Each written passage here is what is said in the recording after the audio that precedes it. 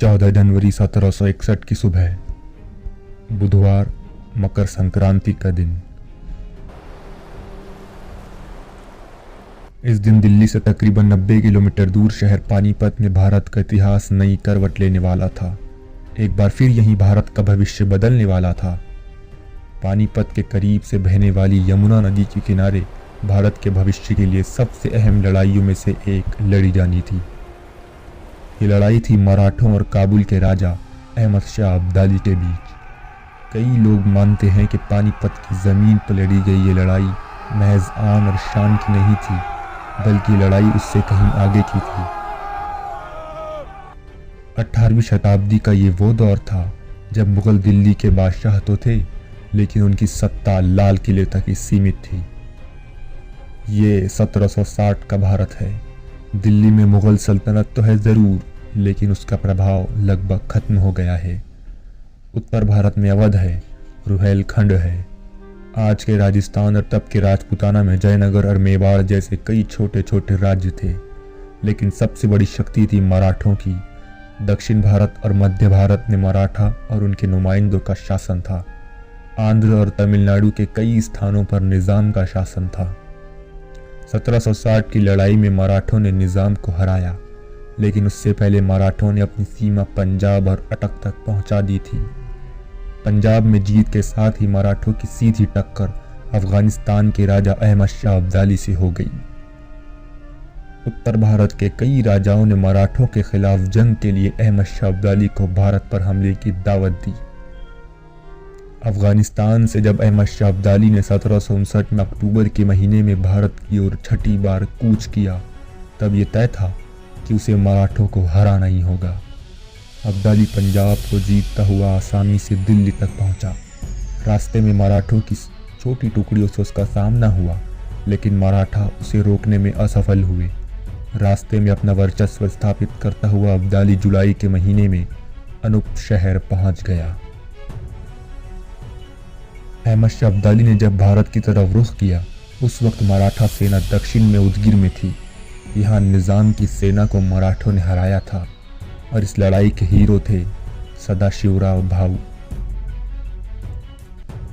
अफगान हमलावर अहमद शाह अब्दाली को भारत से निकालने के लिए मराठा सेना 7 मार्च 1760 को दिल्ली के लिए रवाना हुई। उदगिर से दिल्ली पहुंचने के लिए मराठा सेना को तकरीबन 1000 मील का सफ़र तय करना था और उत्तर भारत में अब्दाली के खिलाफ कोई साथी ढूंढना। मराठा सेना 2 जून 1760 को ग्वालियर पहुंची। मानसून का समय नज़दीक आ रहा था। इस समय अहमद शाह अब्दाली आज के उत्तर प्रदेश के अनूप शहर में अपनी सेना के साथ कैंप कर रहा था, यानी मराठा सेना से 300 किलोमीटर दूर। अब्दाली का इस वक्त का सबसे बड़ा समर्थक था रोहिल्ला सरदार नजीब खान। रोहिलखंड में नजीब खान का वर्चस्व था। नजीब खान ये सुनिश्चित करने में लगा था कि अब्दाली के खिलाफ मराठों को कोई साथी न मिल पाए, और इसमें सबसे बड़ा नाम था अवध का शासक शुजाउद्दौला। अब्दाली की ये बड़ी सफलता थी। दूसरी तरफ सदाशिवराव भाऊ अपने वफादार साथी विट्ठल राव शिंदे और इब्राहिम गर्दी के साथ उन्होंने अपना रुख बदला और धौलपुर से अनूप शहर की बजाय दिल्ली की ओर कूच कर गए। दिल्ली में मराठा सेना ने अपना वर्चस्व दिखाना शुरू किया। दिल्ली में मराठा सेना की आसान जीत के साथ अब्दाली कैंप में घबराहट ठहर गई।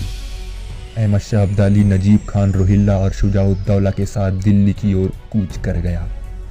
सितंबर का महीना चल रहा था, लेकिन यमुना तब भी उफान पर थी। लिहाजा अब्दाली को यमुना के पूर्वी तट पर शहादरा के इलाके में खेमाबंदी करनी पड़ी। यानी भाऊ की सेना यमुना के एक तरफ दिल्ली में थी और अब्दाली की सेना दूसरी तरफ। सदाशिवराव भाऊ ने 3000 सैनिकों को यमुना की निगरानी के लिए रखा था, ताकि अब्दाली की सेना नदी को पार ना कर सके।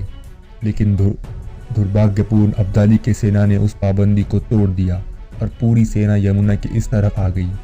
मराठा जब निकल चुके थे कुरुक्षेत्र जाने के लिए, तब उनको ये खबर आई कि अब्दाली की सेना ने पार कर लिया। ये खबर जब आई तो मराठा सेना में अफरा तफरी मच गई और ये लोग तुरंत दक्षिण की ओर चलने शुरू हो गए।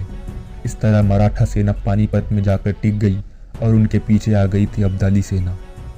मराठों ने अफगानिस्तान से अहमद शाह अब्दाली का संपर्क तोड़ दिया था अब्दाली को अब रसद की आमद नजीब खान के रुहेलखंड और शुजाउद्दौला के अवध से हो रही थी और अब्दाली की सेना ने जिस जगह खेमा बंदी की उससे दिल्ली से मराठों का संपर्क टूट गया था।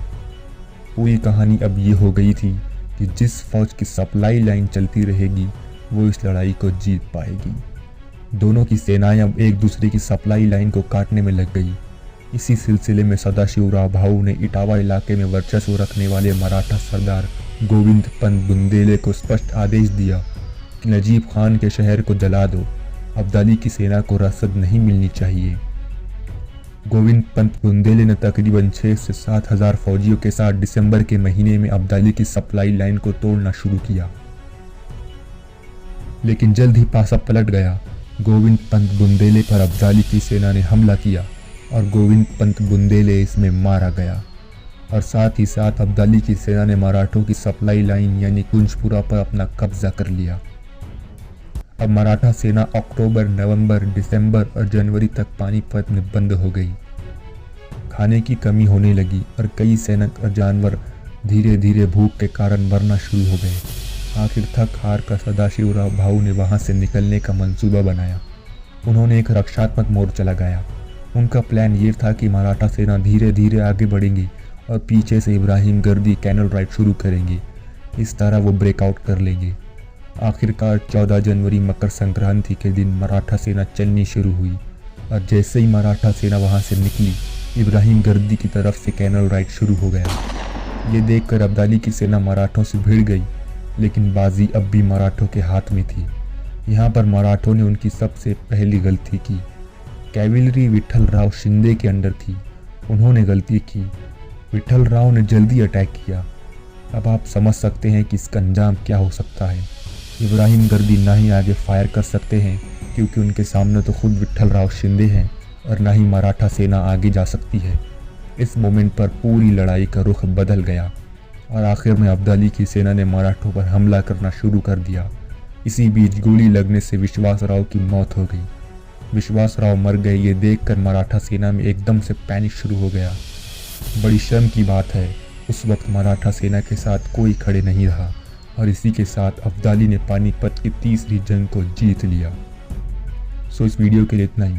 अगर वीडियो पसंद आई हो तो लाइक करें, शेयर करें और चैनल को सब्सक्राइब करें।